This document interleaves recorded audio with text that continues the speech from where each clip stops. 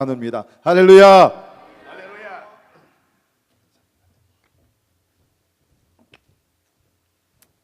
Selamat malam bapak-bapak ibu-ibu dan saudara-saudara. 저녁에 하는 인사말 인도네시아 말로 제가 여러분들에게 다시 했는데요. Selamat malam 그런다고 했습니다. 한번 따라하실까요? Selamat malam. 악센트가 맨 뒤에서 두 번째 음절에 항상 와야 됩니다. 인도네시아 말은요 악센트가 그렇게 일반적으로 중요하진 않은데 맨 뒤에서 두 번째 음절에 무조건 악센트를 넣으면 발음을 잘했다고 그럽니다. 그러니까 여러분들 한번 다시 한번 따라하세요. Selamat malam. 예, 아주 아까보다 훨씬 예쁘게 잘하셨습니다. 오늘은 신약 성경이 말하는 세계 선교를 말씀드리려고 합니다. 조금 전에 우리가 마태복음 1장 1절 말씀 함께 읽었는데요. 자, 이제 마태복음 1장 1절에서 시작해서 제가 요한계시록까지 쭉 갈 거거든요. 그런데 분명히 요점 정리로 제일 중요한 얘기를 할 거예요. 자, 우리가 신약 성경을 전혀 모른다고 가정해 보겠습니다. 이제 시작하는 거예요. 그런데 하나님께서 신약 성경을 기록하게 하실 때에 어떤 언어로 기록하게 하셨는지 아시죠? 이스라엘 사람들의 언어인가요? 아닙니다. 당시에 지중해 연안에 이방인들의 공용어로 신약 성경이 기록되게 만드셨습니다. 그러면은 누구 읽게 하려고 쓰신 책일까요? 이스라엘 사람들 읽으라고 쓰신 책일까요? 아니면은 이방 사람들 읽게 하려고 쓰신 책일까요? 언어만 봐도 신약 성경은 이스라엘 사람들이 읽게 하려는 목적으로 기록된 책이라고 하기보다는 이방 사람들이 읽게 하려고 주신 책이다라는 것을 우리는 언어만 봐도 알 수가 있습니다. 그 다음에 이제 신약 성경을 시작하는 첫 마디가 오늘 마태복음 1장 1절입니다. 물론 성경이 기록된 순서가 꼭 마태복음이 제일 먼저 기록된 것은 아니지만 하나님의 주권적인 섭리 가운데 복음서들이 기록되고 서신서들이 기록되고 사도행전 역사서가 기록되게 하시고 또 맨 마지막에 요한계시록까지 기록되게 하셨던 하나님이 성령께서 그것을 모아가지고 우리들에게 주셨는데 오늘은 지금 있는 우리의 성경의 순서대로 이렇게 모아져서 우리들에게 주어졌어요. 그렇기 때문에 마태복음은 오늘 우리들에게는 신약 성경의 처음 책이 됐고 마태복음 1장 1절은 신약 성경을 시작하는 첫 절이 되었습니다. 그런데 마태복음 1장 1절이 뭐라고 그러면서 신약 성경을 시작하는가 하면은 아브라함의 자손이 오셨다. 그분이 바로 예수 그리스도야. 그분의 족보는 이렇다. 그러면서 마태복음이 시작을 하고 있잖아요.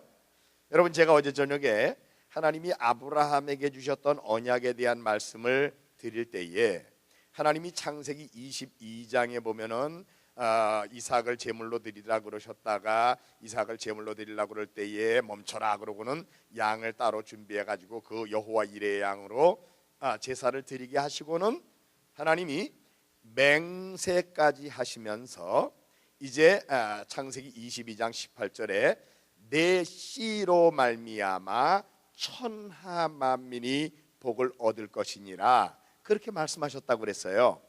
구약에 하나님이 맹세로 주신 약속 중에 하나가 뭐냐면은 아브라함의 자손이라는 분이 앞으로 오실 텐데 그 아브라함의 자손이 오시면 이스라엘 사람들만 복을 받는 게 아니고요.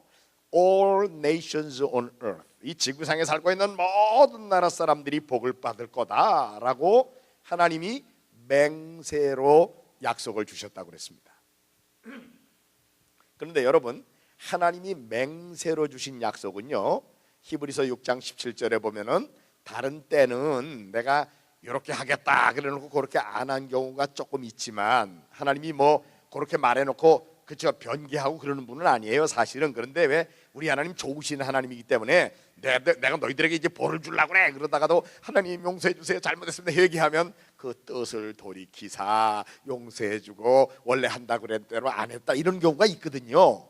그래서 사실은 하나님이 좋으신 하나님이라서 용서해주고 이럴 때에 한다 그래 놓고 안 하는 수가 있긴 했지만, 사실은 그런 것 때문에 사람들이 하나님이 한다 그러고 안 한 경우도 있지 않습니까? 그러면 안 되잖아요. 그런데 히브리서 6장 17절에 요 맹세로 주신 말씀은 절대로 변경하지 않고 그대로 하겠다는 것을 강조하기 위해서 맹세를 주셨다고 그랬거든요. 그런데 아브라함의 자손이라는 분이 오시면 누가 복을 받아요? 천하 만민이 복을 받겠다. 그 천하 만민 가운데는 우리 한국 사람들도 포함되는 겁니다. 그렇죠? 세계 모든 나라의 모든 종족들이 앞으로 아브라함의 자손이 오면 복 줄 거야, 그렇게 예언돼 있거든요. 그러니까 우리 같은 이방 사람들, 구약으로 따지면 우리 한국 사람 이방 사람 아닙니까? 야, 그 아브라함의 자손이 언제 오시나? 그분이 오면 우리 같은 이방 사람들도 다 복을 받는다고 그러는데, 그분이 오시기를 기다리고 있는데 마태가 신약 성경을 시작하는 첫 마디로 아브라함의 자손이 오셨다, 그분이 예수 그리스도야, 그분의 계보는 이러하니라, 그러면서 신약 성경이 시작되잖아요. 그러니까 여러분, 와, 이제 드디어 우리 같은 이방 사람들 다 복을 받을 때가 됐다는 얘기구나, 그러면서 신약 성경을 보는 눈이, 와, 이제 그 내용이 구체적으로 어떻게 되는가를 보여주는구나, 보는 거 아니에요? 구약에 제가 어제 저녁에는 시간이 충분하지 못해서 설명을 또 못했지만, 하나님이 또 맹세로 또 약속을 주신 사람이 또 한 명 있습니다. 그게 누군가 하면은 다윗이에요. 하나님이 열왕기하 7장에 보면은 이제 다윗이 평안의 때가 오고 할 때에 자기는 궁궐에 거하는데 하나님의 괴가 이제 이 장막 가운데 있는 걸 보고는 마음이 아파가지고 나단 선지자에게, 선지자님, 내가 하나님의 전을 지어가지고 하나님께 영광을 돌리고 싶은데 괜찮겠죠? 그랬더니 나단 선지자가 처음에는 하나님의 뜻을 잘 모르고, 그거 갸륵한 생각입니다, 하나님이 기뻐하실 거예요, 그러니까 성전 지으세요, 그랬어요. 근데 그날 저녁에 하나님이 나단 선지자에게 말씀하십니다. 이 다윗은 그동안에 전쟁을 너무 많이 해서 피를 너무 많이 흘렸는데, 다윗이 만일 하나님의 전을 지으면 열방 중에서 이르기를 하나님은 피 흘리는 걸 좋아하는 하나님이라고 그렇게 오해하면 안 되지 않느냐. 그러니까 다윗 보고 다윗이 직접 성전 건축하지 말라고 그래라. 그 대신 그 마음은 갸륵하니까 그에게서 평화의 왕이 나가지고 그가 성전을 건축하게 해주겠다. 그런데 내가 그 다윗의 위를, 그 왕위를, 왕권을 그에게 영원히 줘가지고 영원히 왕노릇하게 해주겠다. 그의 아들은 평화의 왕이야, 그랬어요. 그래가지고 다윗에게서 평화라는 이름을 가진 왕이 났죠. 평화, 샬롬. 그래서 히브리어는 모음이 없습니다. 자음만 있어요. 그래서 평화라는 샬롬이라는 단어하고 솔로몬이라는 다윗의 아들, 이제 다윗을 이어서 왕이 된 왕하고 이름이 같지요. 그래서 솔로몬이 난 거예요. 솔로몬이 성전 건축했죠. 그런데 하나님이 왕위를 그에게 영원하게 해주겠다 그러셨는데, 아시는 대로 솔로몬은 40년간만 왕노릇하고 죽었어요. 그러니까 그게 그대로 이루어지지 않은 것처럼 보이는데, 사실 그 열왕기하 7장에는 그냥 그 사건만 그렇게 기록이 되어 있지만 시편 89편 3절 4절에 보면은 하나님이 다윗에게 맹세로 말씀하셨다고 그랬어요. 다윗에게 맹세로 말씀하시기를 내 자손, 다윗의 자손이라는 대명사로 불리우는 분이 앞으로 오면은 그가 평화의 왕인데 그가 영원히 통치할 거다, 그렇게 돼 있거든요. 그래서 구약에 보면은 앞으로 오실 메시아, 하나님 나라를 영원히 통치할 왕에 대한 예언이 나오는데, 그 앞으로 통치할 왕의 대명사가 다윗의 자손이라는 분입니다. 그런데 구약에 다윗의 자손이라는 분이 오면은 그분이 평화의 왕이라서 통치를 하는데, 그분이 능력이 많기 때문에 전지에서 자기 백성들의 형편을 다 잘 알아요. 또 자기 백성들을 완전히 보호할 수 있는 능력이 있어요. 자기 백성들이 필요한 걸 다 채워줄 수 있는 그런 능력이 있어요. 여러분, 그런 왕이 통치한다 그러면은 그 백성들은 어떨까요? 행복하겠죠? 우리가 세상에서 사람들이 알고 있는 정치제도 중에 제일 좋은 정치제도다, 그런 걸 우리는 보통은 민주주의라 그러잖아요. 근데 여러분, 사실 민주주의가 제일 좋은 정치체제입니까? 사람들이 본성적으로 타락했기 때문에요. 어떤 사람에게 모든 권력을 다 주고 계속해서 통치하게 하면은요, 나중엔 타락하게 돼 있어요. 우리나라 북한 보세요. 그죠? 또 저 뭐 옛날에 히틀러 같은 사람들, 네로 황제 같은 사람들 보세요. 자기 한 사람이 권력 다 가지고 있으면은요, 자기와 자기 가족을 위해서 그저 자기 백성들은 뭐 굶어 죽든 말든 그저 자기네들만 유익을 누리는 거예요. 그래서 민주주의는 야 이제 일정 기간을 두고 하다가 마음에 안 들어 그러면 백성들이 투표해가지고 새로 갈아치우고 할 수 있으니까, 그래서 세상에서 민주주의 제도가 제일 좋은 정치 제도라 그러지만 사실은요 제일 좋은 정치 제도는 왕인데, 착한 왕이, 자기 백성을 사랑하는 왕이, 그러면서도 또 능력이 있어가지고 백성들의 형편을 완전히 잘 알고요, 완전히 보호해줄 능력이 있고요, 백성들이 필요한 걸 다 채워줄 수 있고, 그런 평화의 왕이 통치한다 그러면 그게 제일 좋은 정치 체제입니다. 그래서 하나님의 나라는 리퍼블릭 오브 하나님 나라가 아니고요, 킹덤 오브 갓이에요. 킹덤 오브 갓. 예? 바로 이 좋으신 하나님, 다른 아까 말로 다윗의 자손이라는 대명사로 불리우는 왕이 통치하는 나라가 하나님 나라인데, 그 하나님 나라의 이제 통치자인 다윗의 자손, 그분이 앞으로 올 거다, 그런 게 예언되어 있는데, 구약에 그분이 통치하게 되면 영원한 통치라고 그랬어요. 근데 그 영원한 통치에 그의 백성이 되면 행복하잖아요. 누가 그분의 백성이 된다고 그랬는가 하면요, 다니엘서 7장 13, 14절에 보면 이렇게 다니엘이 환상 중에 본 일이 있습니다. 내가 환상 중에 보니 인자 같은 이가 구름을 타고 와서, 여기까지만 들어도 여러분 누구의 무슨 장면인지 감이 잡히지요. 인자 같은 이가 구름 타고 온다 그럼 이게 무슨 장면입니까? 예수님 재림에 오시는 장면이잖아요. 인자 같은 이가 구름을 타고 와서 예적부터 항상 계신 이에게 인도되매. 그러면 예적부터 항상 계신 이는 누굴까요? 성부 하나님을 가르치겠죠. 그에게 권세와 영광과 나라를 주고, 다니엘서 7장 지금 14절 하는 겁니다. 누구가 그를 섬기게 하였으니 그의 권세는 영원한 권세라 패하지 아니할 것이다. 그렇게 기록이 돼 있어요.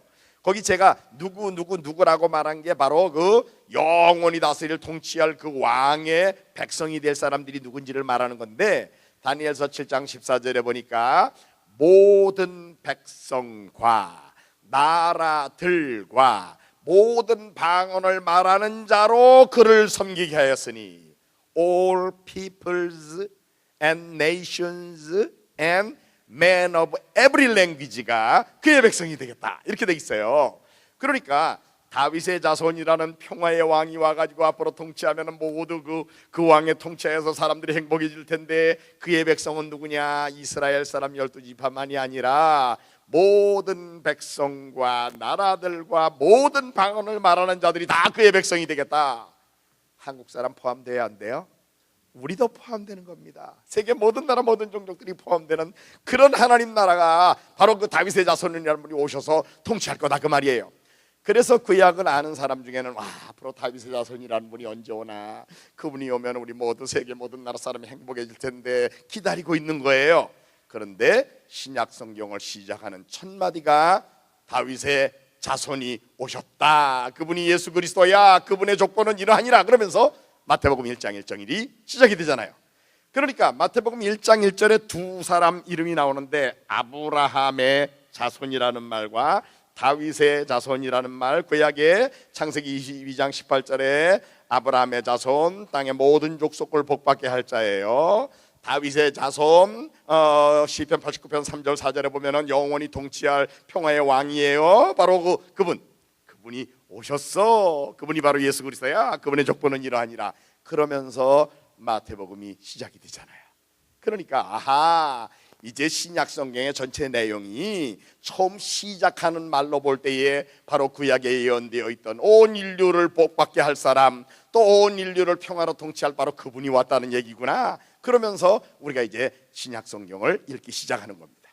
그래서 마태복음 1장 1절을 읽으면 구약의 이 예언을 아는 사람들에게는 가슴이 뛰는 거예요. 제가 그저 마태복음 1장 1절을 Grand Opening of the New Testament 혹은 Grand Beginning of the New Testament라고 제가 이제 부르면서 이것이 얼마나 구약의 예언을 아는 사람에게 신이 나는 시작이냐라는 거죠. 그러고는 이제 마태복음 1장에 예수님의 족보가 나오기 시작하는데요. 아브라함 이삭을 낳고, 이삭은 야곱을 낳고, 야곱은 유다와 그 형제를 낳고, 거기까지는 뭐 별로 이상한 게 없어요. 그런데 그 다음에 유다는 다말에게서 베레스와 세라를 낳고, 여자 이름은 족보에 안 나오다가 이상하게 첫 번째 신약 성경의 족보에 나오는 여자 이름이 나오는데 그 이름이 다말이라는 여자입니다. 여자 이름을 아예 안 기록하려면 다 안 기록하면 좋은데, 또 기록할 거라고 하면 더 좋은 여자, 착한 여자, 우리가 잘 아는 좋은 여자들 있잖아요. 아브라함은 사라에게서 이삭을 낳고, 이삭은 리브가에게서, 이렇게 사라, 리브가 이런 여자들도 있는데 그런 여자들은 다 빼놓고 유다는 다말에게서 베레스와 세라를 낳았다. 여러분, 다말이 누굽니까? 유다의 며느리예요. 며느리가 시아버지하고 잠자가지고 쌍둥이 난 사건이거든요. 구약의 창세기 38장에 가보면 얼마나 부도덕한 여자입니까? 그런데 이런 부도덕한 여자를 신약성경의 1번 타자로 딱 갖다가 집어넣은 거예요. 그렇게 야, 이거 이상하다, 왜 이 여자가 여기 들어갔을까? 물론 우리가 그저 처음에 얼른 생각하면 이 여자가 죄인이니까, 그저 나쁜 여자니까 집어넣겠지. 그러니까 예수님이 죄인을 구원하러 오신 분이니까 아마 대표로 집어넣나 보다, 뭐 이렇게 생각할 수 있을 거예요. 그러나 성경을 또 우리가 아무렇게나 막 해석하면 안 되니까 어떻든 그 정도만 생각하고 그 다음에 무슨 뜻인지 보자. 그 다음에 이제 또 읽는 거죠. 그러다가 5절에 가보면 살모는 라합에게서 보아스를 낳고, 라합이라는 2번 타자 여자가 나와요. 그런데 2번 타자 라합, 보통 우리가 그냥 라합 그러나요? 앞에 무슨 수식어가 붙죠? 키생 라합 그러잖아요. 이 여자도 이게 저 도덕적으로 조금 그저 깨끗하지 못한 여자인데 아까 1번 타자하고 2번 타자가 비슷하게 좀 나쁜 여자들이다. 나쁜 여자들만 집어넣나 보다. 우선 그런 생각이 들겠죠? 그런데 문제는 3번 타자입니다. 그 다음에 그 5절 중간에 보면은 보아스를 낳고, 보아스는 룻에게서 오벳을 낳고, 이번에 룻이라는 여자가 나왔어요. 그런데 룻이라는 여자는 1번 타자고 2번 타자처럼 나쁜 여자라는 거 없잖아요, 구약에. 보통은 왜 목사님들이 어버이 주일에 효도하라고 효녀 룻 그러면서 그 모범적인 여자라고 설교하는 여자 아니에요. 그러니까 아이고 이거 그럼 나쁜 여자만 나오면 나쁜 여자니까 들어갔다 그럴 텐데 이 좋은 여자가 나오니까 이제 혼동이 생기는 거죠. 그러나 이 세 번째 여자쯤 오면은 룻은 우리가 잘 아는 대로 모압 여자잖아요. 그래서 아까 라합이라는 거는 여리고 성에 있던 이방 여자고, 또 역시 룻도 모압 여자니까 이방 여자들이구나라는 것을 우리가 눈치챌 수 있는 거죠. 그래서 처음 지금 이 예수님의 족보 속에 세 여자가 지금 앞에 나왔는데 다 아브라함과 이삭과 야곱과 이스라엘의 이 원래의 요 줄기 바깥에서 들어온 이방 여자들로 예수님의 혈통 족보 가운데 들어온 여자들의 이름을 예수님의 족보에다가 일부러 갖다 집어넣은 거구나라는 것을 우리가 알 수가 있는 거죠. 그러니까 이게 뭐 우연히 그렇게 됐을까요? 이거 영감된 하나님의 말씀입니다.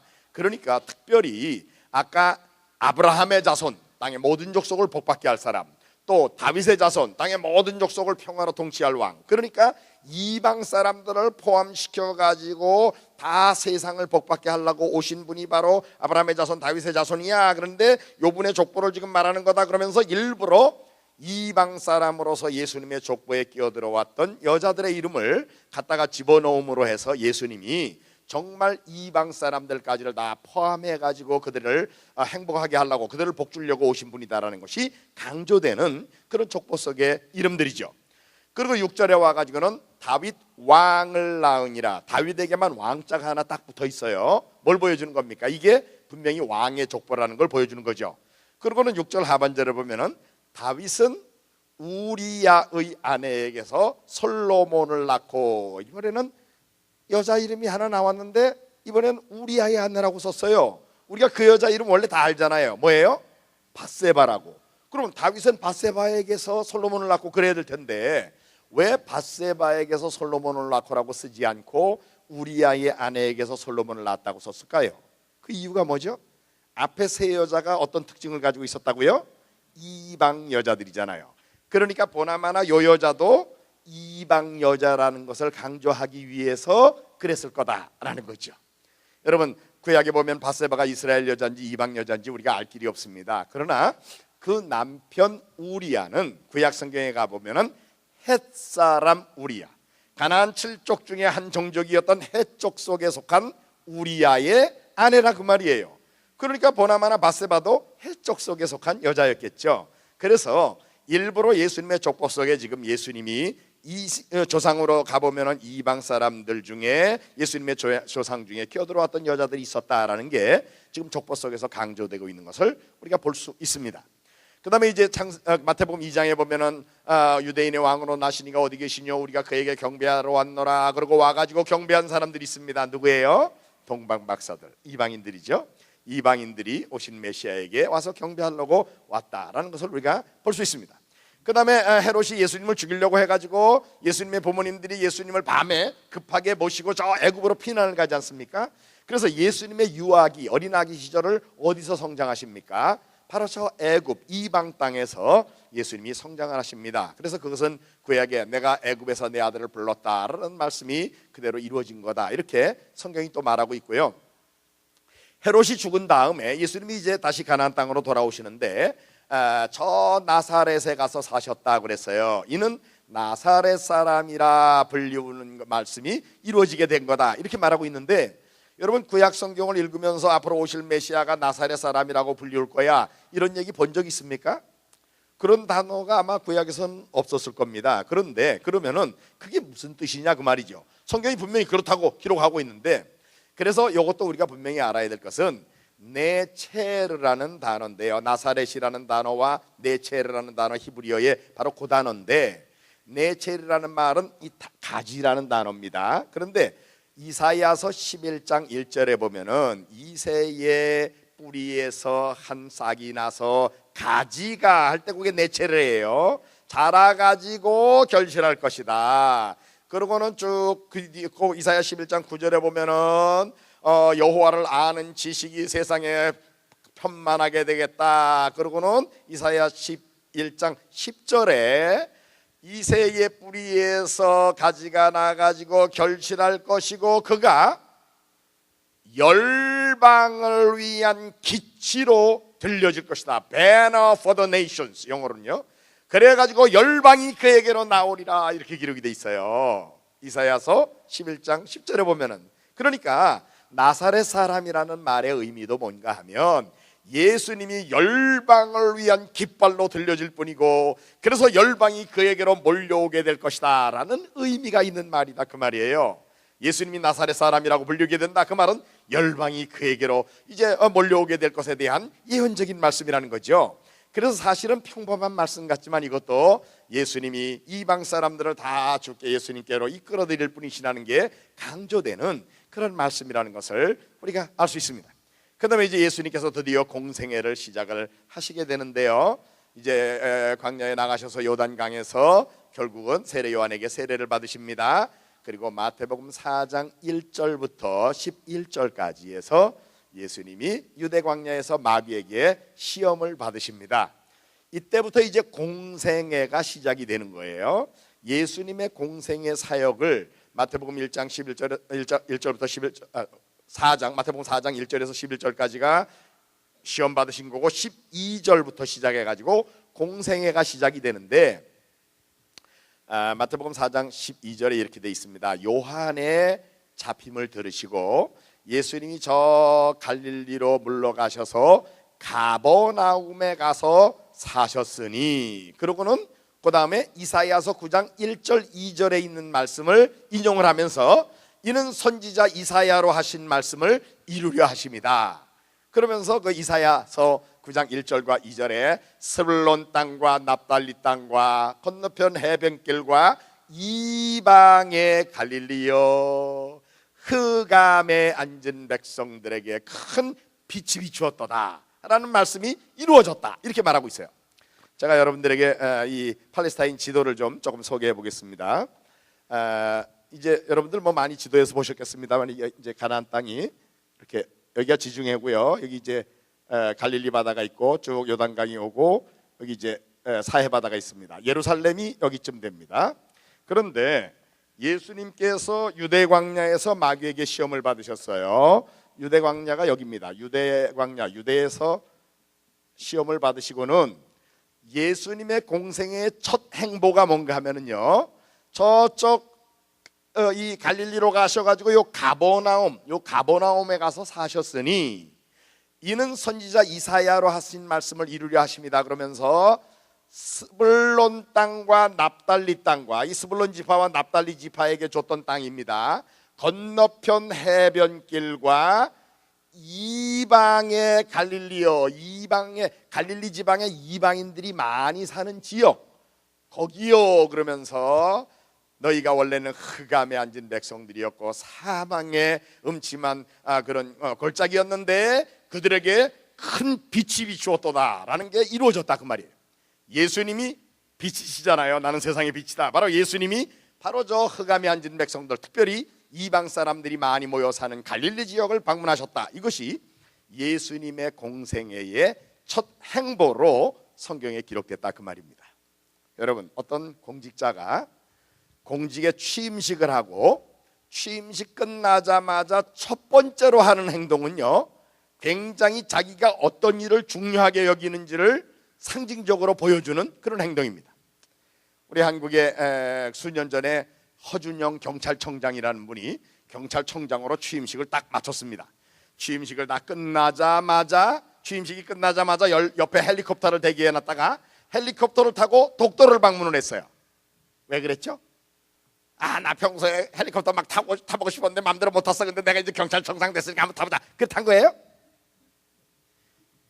내가 대한민국의 경찰 총수로서 독도가 대한민국 영토라는 것을 중요하게 여겨노라 라는 그 의지의 표현 아닙니까? 뭐든지 공직자가 첫 번째 하는 행동은요, 내가 이걸 중요하게 여긴다라는 걸 보여주는 겁니다. 그런데 예수님이 공생애를 시작하시면서 첫 번째로 하신 일은 이방 사람들이 몰려 살고 있는 갈릴리 지방을 방문하시는 일을 예수님께서 공생애의 첫 행보로 하셨다는 것을 마태가 분명하게 지금 기록하고 있는 것을 우리가 여기 마태복음에서 볼 수 있습니다.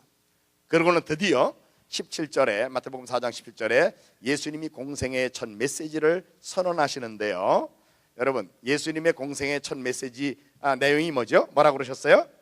회개하라, 천국이 가까웠느니라. 그러면서 예수님 공생애를 시작하시잖아요. 그런데 4장 17절을 잘 들여다보십시오. 언제 어디에서 예수님이 그 공생애의 첫 메시지를 선언하셨습니까? 거기 뭐라고 돼 있죠? 이때부터 예수께서 비로소 전파하여 가라사대. 이때부터, 이때가 언제예요? 이때부터라고 그랬으니까 그 앞에를 봐야 되겠죠? 그 앞에 내용이 뭐였죠? 바로 이방 땅 갈릴리 지역을 방문하셨을 때, 이때부터 비로소 예수님께서 전파하여 가라사대 회개하라, 천국이 가까웠느니라 그러셨다, 그 말이에요. 무슨 얘기입니까? 예수님의 공생애의 첫 메시지 선언은 이 유대 지역에서 이스라엘 사람들만 많고 선언하신 게 아닙니다. 일부러 이방 사람들 많이 몰려있는 갈릴리 가지고 이방 사람들도 포함시켜 놓은 자리에서 예수님이 회개하라, 천국이 가까웠느니라는 메시지를 선언하기 시작하셨다라는 것을 분명하게 지금 마태가 이때부터라는 요 부사, 시간을 나타내는 부사를 거기다 딱 기록함으로 분명하게 설명하고 있는 것을 우리가 볼 수 있지 않습니까? 그 다음에 그 다음 절 18절부터 22절까지의 내용을 보면 예수님께서 갈릴리 바닷가에 가셔가지고 이제 제자들을 부르시는 장면인데요, 거기에 우리가 잘 아는 대로 베드로, 안드레, 야고보, 요한 네 제자를 18절에서 22절까지 부르셨습니다. 이때부터 시작해서 예수님의 공생애의 사역은 12 제자들을 훈련하는 제자 훈련에 집중되어 있습니다. 그런데 예수님이 12 제자를 훈련하신 이 제자 훈련은 앞으로 이 제자들이 해야 되는 제자 훈련의 모본이에요. 내가 너희들을 제자 훈련 시켰던 것처럼 너희도 앞으로 제자들을 그렇게 훈련해야 된다. 예수님이 지금 앞으로 제자들이 해야 될 훈련의 모본을 보이는 훈련을 지금 하신 거거든요. 그리고는 그렇게 3년 동안 제자들을 훈련하신 다음에 예수님이 제자들에게 너희도 제자들을 훈련해라 라고 명령을 주셨어요. 여러분 기억하시죠?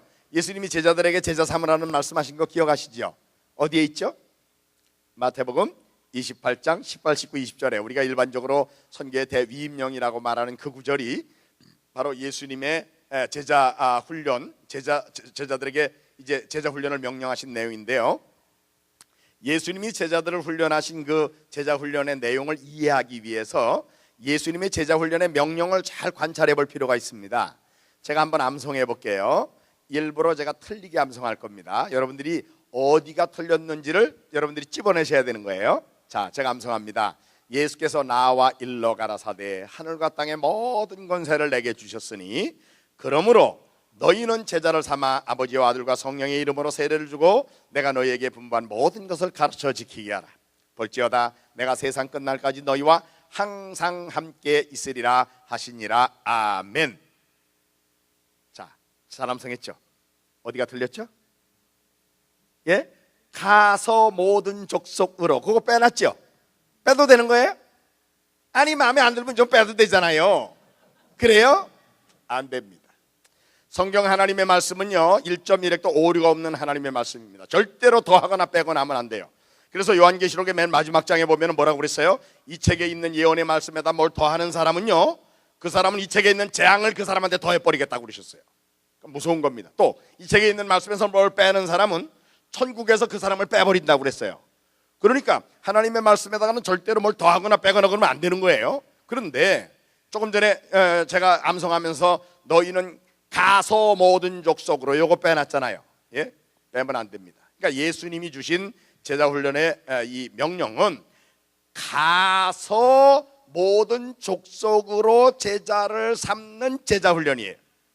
무슨 말인가 하면은요, 다른 종족에게 가가지고 전도해서 양육해가지고 제자를 삼아가지고 또 다른 종족에게 보내가지고 다른 종족에게 가서 전도해서 양육해서 제자 삼아가지고 또 다른 종족에게 가고, 이렇게 연쇄적으로 다른 종족, 다른 문화에 가서 복음을 전하는 일을 계속해가지고 결국은 마태복음 24장 14절에 있는 대로 이 천국 복음이 모든 민족에게 증언되기 위하여 온 세상에 전파되리니 그 죄야 끝이 오리라라고 하는 세계 복음화의 완성을 목표로 하는 타문화 제자훈련이 바로 예수님의 제자훈련이다, 그 말이에요.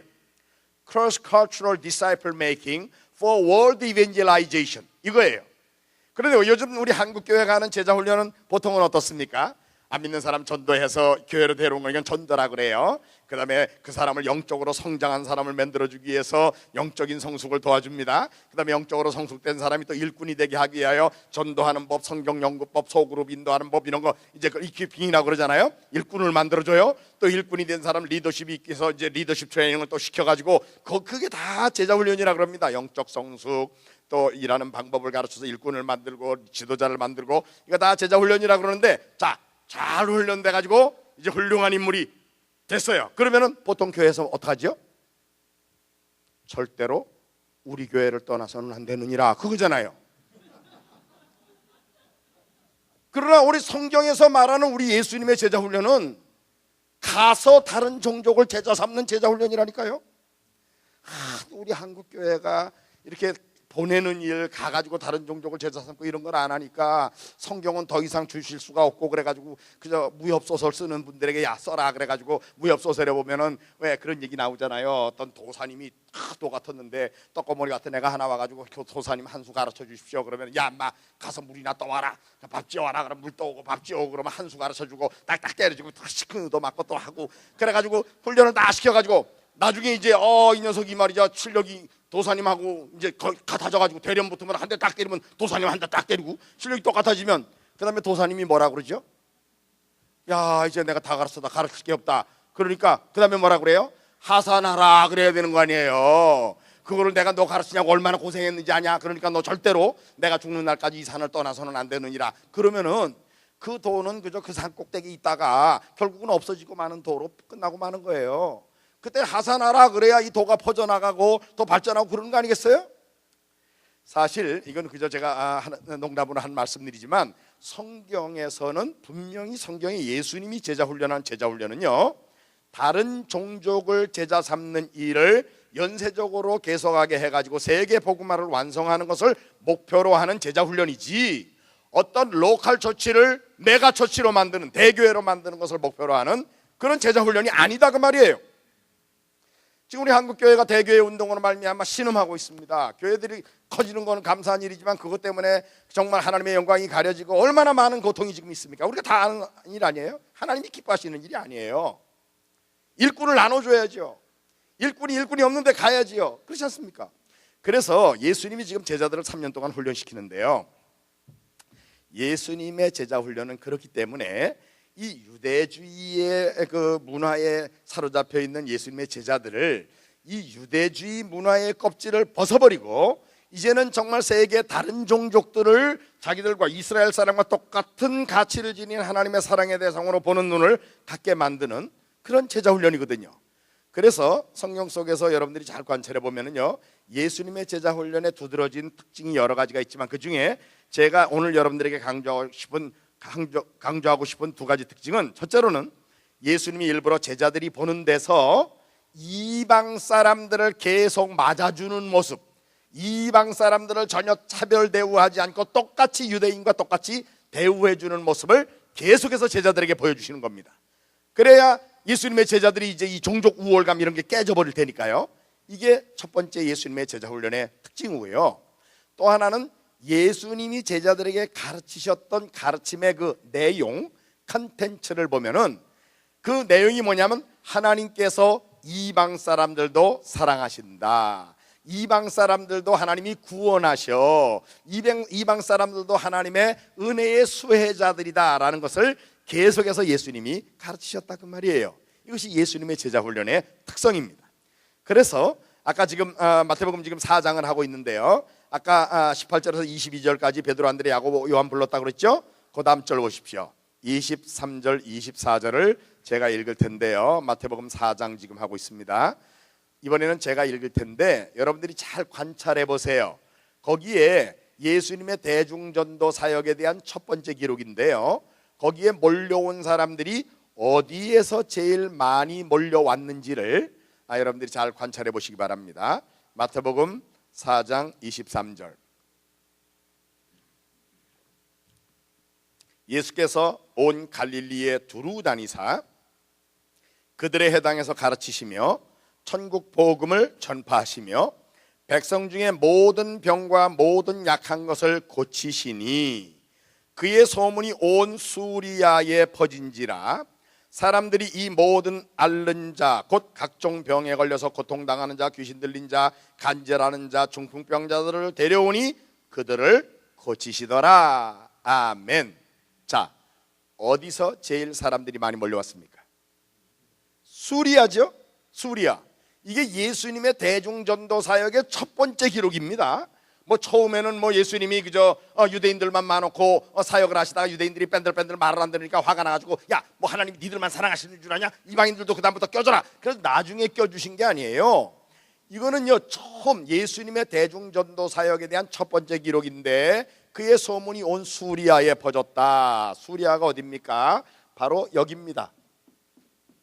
수리아, 갈릴리 바다 위쪽, 지금 시리아라는 나라, 예, 그 정부군하고 그 반군하고 지금 계속 전쟁해가지고 나라가 어려운 나라 있잖아요. 지금 바로 거기에요. 이방 땅 지역입니다. 수리아. 저기로부터 허다한 무리가 와가지고 예수님의 대중전도 사역에 참여했다는 것을 마태가 지금 분명하게 예수님의 대중전도 사역의 첫 번째 기사로 지금 기록을 해서 말하고 있는 것을 우리가 볼 수 있습니다. 그래서 맨 마지막 절에 보면은요, 그 다음 절에 25절 잘 보세요. 갈릴리와 데가볼리와 예루살렘과 유다와 요단강 건너편에서 수많은 무리가 따랐다 그랬는데 거기에 지역 중에 데가볼리라는 지역이 나와 있습니다. 데가볼리는 여기입니다. 데가볼리 여기요. 데카라는 말은 원래 데케이드 10이라는 뜻이잖아요. 폴리스 도시라는 뜻입니다. 그래서 10개의 데가폴리스, 10개의 도시로 됐다는 뜻인데 바로 이방 사람들이 사는 지역입니다. 아시는 대로 나중에 왜 예수님께서 고란사인 지방에 그 군대 귀신 들린 사람 있는데 가시잖아요. 그래가지고 그 군대 귀신 들린 사람이 그 귀신들이 우리를 저 돼지떼 속에 들어가게 허락해 주세요. 그러니까 예수님이 허락하더라 그래가지고 돼지떼가 다 귀신 들려가지고 물에 빠져 죽었잖아요. 바로 그 돼지 2,000마리 길렀던 걸로 볼 때 그 유대인들이 사는 동네입니까? 원래 이스라엘 사람들은 레위기 12장에 의하면은 부정한 짐승들과 깨끗한 짐승, 그래서 먹는 거 이런 거 구분하는 사람들인데 바로 이스라엘 사람들은 돼지를 안 기르는 거예요. 레위기 12장의 이 정결 예식에 정결하지 않은 짐승이기 때문에. 그런데 거기서 돼지 2,000마리나 길렀다는 얘기는 벌써 그게 이방 땅 지역이라는 걸 분명히 보여주잖아요. 그 대가볼리로부터 허다한 무리가 예수님을 따랐다라고 지금 마태복음 4장 마지막 절에 분명하게 말씀하고 있다 그 말이에요. 그런데 마태복음에는 이렇게 그저 수리아와 대가볼리만 기록하고 있지만요, 마가복음 3장 8절에 보면, 마가복음 3장 8절에 보면 여기 두로와 시돈, 여기입니다. 이쪽에 지중해 연안에 두로와 시돈이라는, 여기에 두로와 시돈의 해변으로부터 허다한 무리가 예수를 따르니라 라고 마가복음 3장 8절하고 누가복음 6장 17절에 분명히 그렇게 기록이 되어 있습니다. 그러면 여러분 보세요. 예수님이 사역은 지금 이 갈릴리에서 주로 하고 계시는데, 이 갈릴리를 끼고 있는 북서쪽 지중해 쪽은 두로와 시돈 지역이고, 그냥 북쪽은 수리아 지역이고, 또 동남쪽은 대가볼리 지역이고, 다 이방인 지역이거든요. 여기로부터 허다한 사람들이 다 예수님의 사역의 현장에 와가지고 예수님의 사역의 현장에서 예수님의 말씀 듣고 귀신 쫓아내 주심을 경험하고 병 고침을 경험하고 천국 복음을 듣고, 그러면서 예수님의 사역의 현장에 이방 사람들이 다 대량으로 참석했었던 사실을 복음서가 분명하게 말하고 있잖아요. 안 그렇습니까 여러분? 성경 자세히 보세요. 제가 지금 성경을 지명을 잘못 말하고 있나요? 분명하죠 여러분. 이제까지 우리 한국교회 교인들이요, 다른 나라도 마찬가지예요. 예수님이 공생애 동안 사람들 많았고 병 고쳐주고 가르치고 그랬을 때는 다 유대인들만 많았고 한 걸로 이상하게 잘못들 알고 있더라고요. 아닙니다. 예수님은 처음부터 이방 사람들 다 포함시켜 놓은 자리에서 자기 제자들이, 봐라, 내가 이방 사람들 전혀 차별되고 하지 않는다. 그러니까 너희들도 앞으로 이방 사람들을 너희들과 똑같이 여기면서 사역해야 돼. 그거를 가르치시기 위해서 일부러 예수님은 제자들이 보는 데서 이방 사람들을 그대로 맞아주시고 이방 사람들에게 예수님이 다가가면서 사역을 하셨던 것을 성경은 분명하게 기록하고 있다 그 말씀이에요. 주일학교 때부터 이상하게 배우면서 그렇게 유대인들만 놓고 사역을 한 것처럼 우리가 잘못 입력이 돼 있어요. 그래서 이 시간에 제가 여러분들에게 권면합니다. 자, 여기 여러분들 그저 마음으로 지우개를 하나씩 이렇게 집으세요. 그리고 여러분들의 기억력 속에 있는 그 그림 속에 모여있는 사람 유대인들만 다 있죠. 그거 좀 지우세요. 여러분 지우고 거기다 이방 사람들 막 그려놓으세요. 지금 그려놓으세요. 그려놓으세요? 예, 됐어요. 그러면 이제 막 섞였죠. 이스라엘 사람하고 이방하고 지금 섞여 있죠. 야, 됐어요 이제. 예, 예수님의 공생애의 사역은 이스라엘 사람들만을 대상으로 하셨던 것이 아닙니다. 일부러 이방 사람들을 많이 포함시켜 놓은 자리에서 예수님께서 계속해서 병 고쳐주고 귀신 쫓아내고 천국 복음을 전하고 하시는 사역을 하셨다라는 겁니다. 이것이 바로 타문화 제자 훈련을 위한 제자 훈련의 한 측면이에요. 그 다음에요, 예수님이 가르치셨던 내용을 잘 관찰해 볼 필요가 있는데요, 제가 아까 말씀드렸죠. 예수님의 가르침의 내용 속에는 하나님이 이방인도 사랑하신다, 이방인들도 천국에 구원하신다라는 것을 계속해서 강조해서 가르치셨다 그 말씀이에요.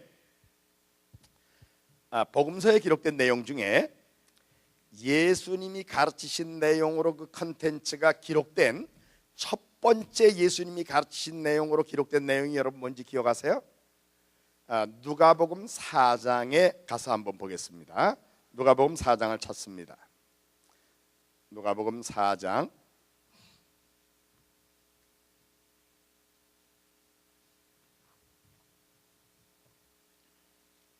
누가복음에는 4장이 역시 마태복음처럼 예수님의 공생애에 시작하는 내용을 담은 장인데요, 1절부터 13절까지는 예수님께서 유다 광야에서 마귀에게 시험 받으신 장면을 소개하고 있어요.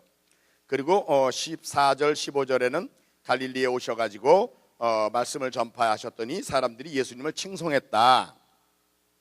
그리고 이제 16절부터 드디어 예수님이 처음 가르치신 장면을 소개하고 있는데요, 예수께서 그 자라나신 곳 나사렛에 이르사 안식일에 늘 하시던 대로 회당에 들어가서 성경을 읽으려고 쓰셨다. 17절에 이사야서를 받아가지고 18절 19절에 이사야 61장 1절 이하에 있는 말씀을 읽으셨어요.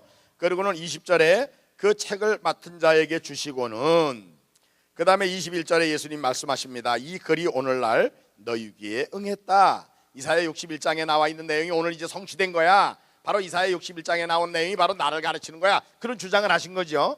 그랬더니 그 다음 절에 보니까 사람들이 이거 요셉의 아들 아니야? 왜냐하면 그 동네가 예수님이 자라나셨던 나사렛 동네니까 이거 목수 아들 그 요셉의 아들 아니야? 그러면서 받아들이려고 하지 않아요. 그러자 예수님께서 선지자가 자기 고향에서는 환영을 받는 자가 없다 이런 얘기까지 24절까지 하시고, 그 다음에 25절에 가르치는 말씀으로서는 첫 번째 예수님이 하신 말씀인데, 우리 누가복음 4장 25절 26절을 같이 읽겠습니다. 누가복음 4장 25절 26절 시작. 내가 참으로 너희에게 이르노니 엘리야 시대에 하늘이 3년 6개월간 닫히어 온 땅에 큰 흉년이 들었을 때에 이스라엘에 많은 과부가 있었으되 엘리야가 그중 한 사람에게도 보내심을 받지 않고 오직 시돈 땅에 있는 사렙다의 한 과부에게 뿐이었으며. 무슨 얘기입니까? 구약 시대의 엘리야라는 선지자 시대에 아합이라는 못된 왕이 통치를 했어요. 그런데 그 아합 왕의 부인 이세벨이라는 여자는 더 악독해. 그래가지고 우상 숭배에 관한 한 금메달이야. 그러니까 하나님께서 이스라엘을 징계하셔가지고 3년 6개월 동안이나 비가 오지 않게 하셨어요. 그때에 이스라엘 사람들 먹을 게 없어서 가지고 많이 고통을 받는데, 그 중에 그저 불쌍한 과부들, 굶는 과부들 많았는데 이스라엘의 과부들에게는 은혜를 안 베푸시고 누구에게만 은혜를 베푸셨다고요? 저 시돈 땅 사렙다 과부에게만 엘리야를 보내가지고 먹을 게 있도록 만들어 주셨다.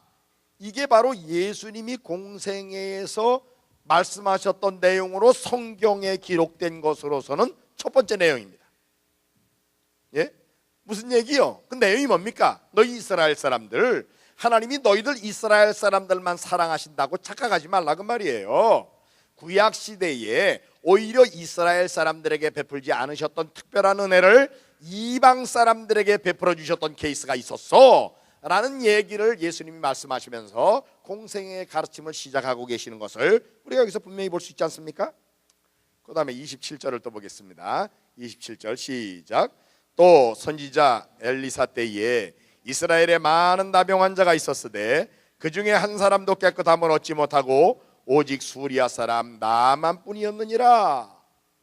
무슨 얘기입니까? 엘리사 시대에 이스라엘 나라에 쳐들어왔던 아람 나라의 군대 장관이 있어요. 나만 장군이라고. 이스라엘 사람들 입장에서 보면 원수 나라의 군대 장관이에요. 자기네 나라 쳐들어와가지고 막 찌르고 집불 태우고 거기 있는 조그만 여자애 잡아다가 자기네 집 식모로 삼고 그랬던 원수 나라의 군대 장관이에요. 그런데 그때 당시에 이스라엘에도 불쌍한 나병 환자 많았어요. 그런데 하나님께서 이스라엘의 나병 환자는 안 고쳐주시고 누구만 고쳐주셨다고요?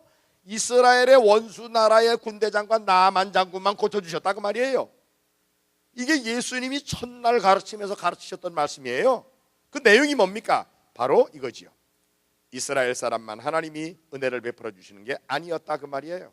과거 구약 시대에도 하나님께서 오히려 이방 사람에게, 이스라엘 사람에게 베풀지 않으셨던 은혜를 특별히 주셨던 케이스가 있었다라는 것을 말씀하시면서 예수님이 공생애의 가르침을 시작하셨다는 것을 우리가 여기서 분명하게 볼 수 있지 않습니까? 뭐 처음에는 이스라엘 사람들만 사랑하시는 것처럼 가르치다가 이스라엘 사람들이 자꾸 예수님 죽이려고 그러고 괴롭히고 그러니까 예수님 마음이 변해가지고 야, 하나님께서 이방 사람들도 사랑하신다, 나중에 가르치기 시작한 거예요? 아닙니다.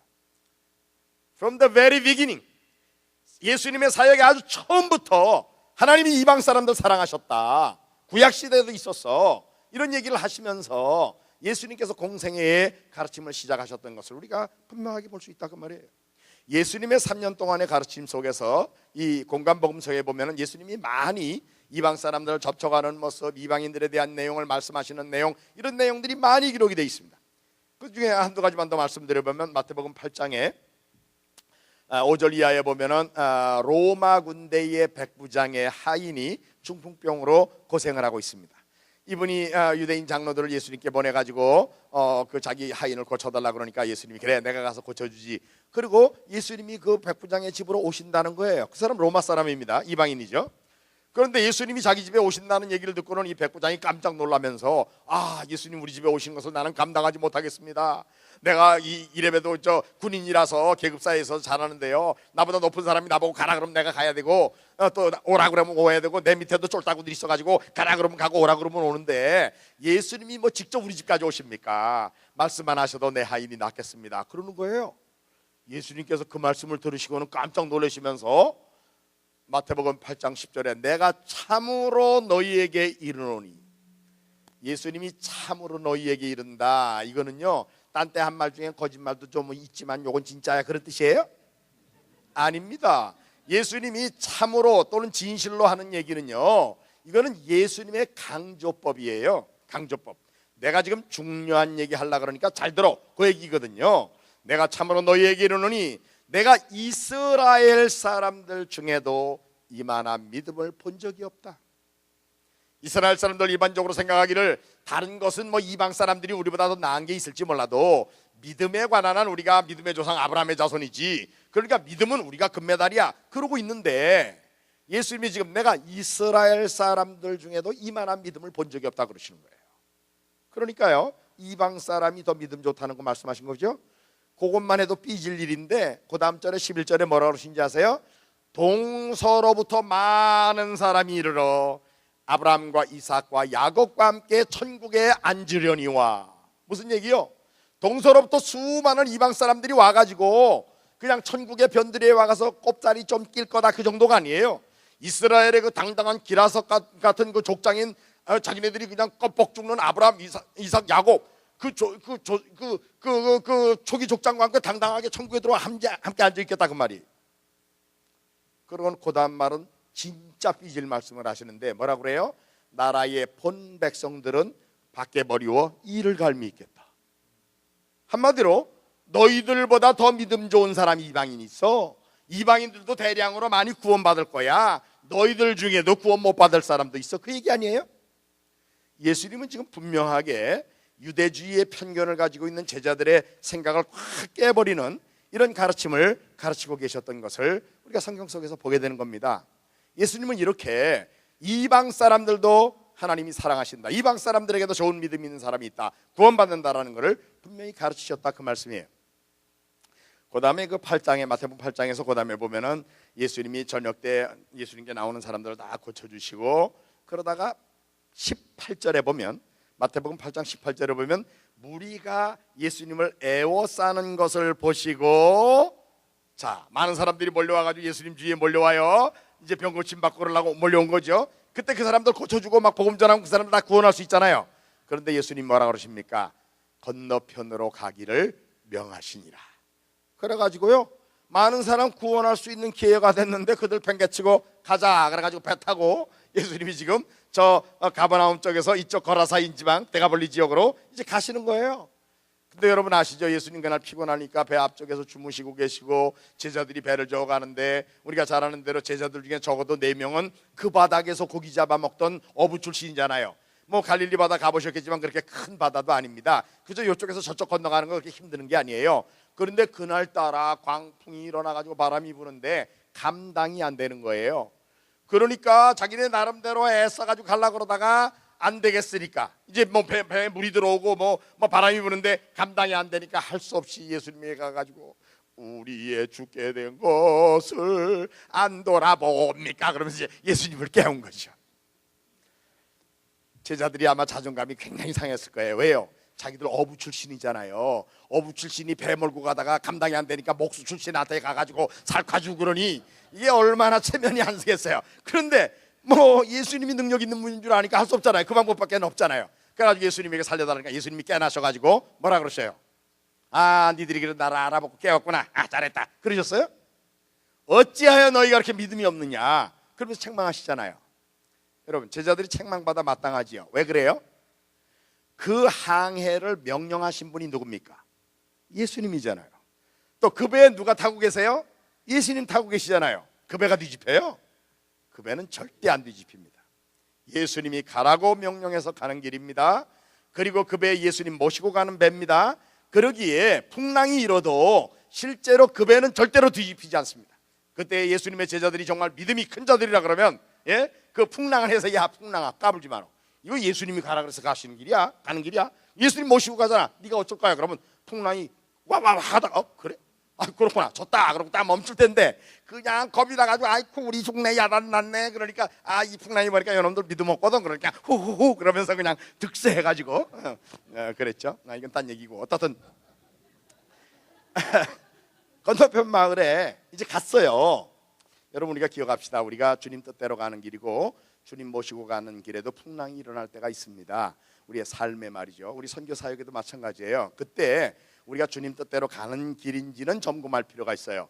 또 우리가 주님과 동행하고 있는지는 점검해야 됩니다. 그러나 그것만 분명하면 풍랑이 아무리 득세해도 그 다음에는 그냥 초연하게 가는 겁니다. 그럼 우리가 이기게 돼 있는 거예요. 그 길은. 아멘.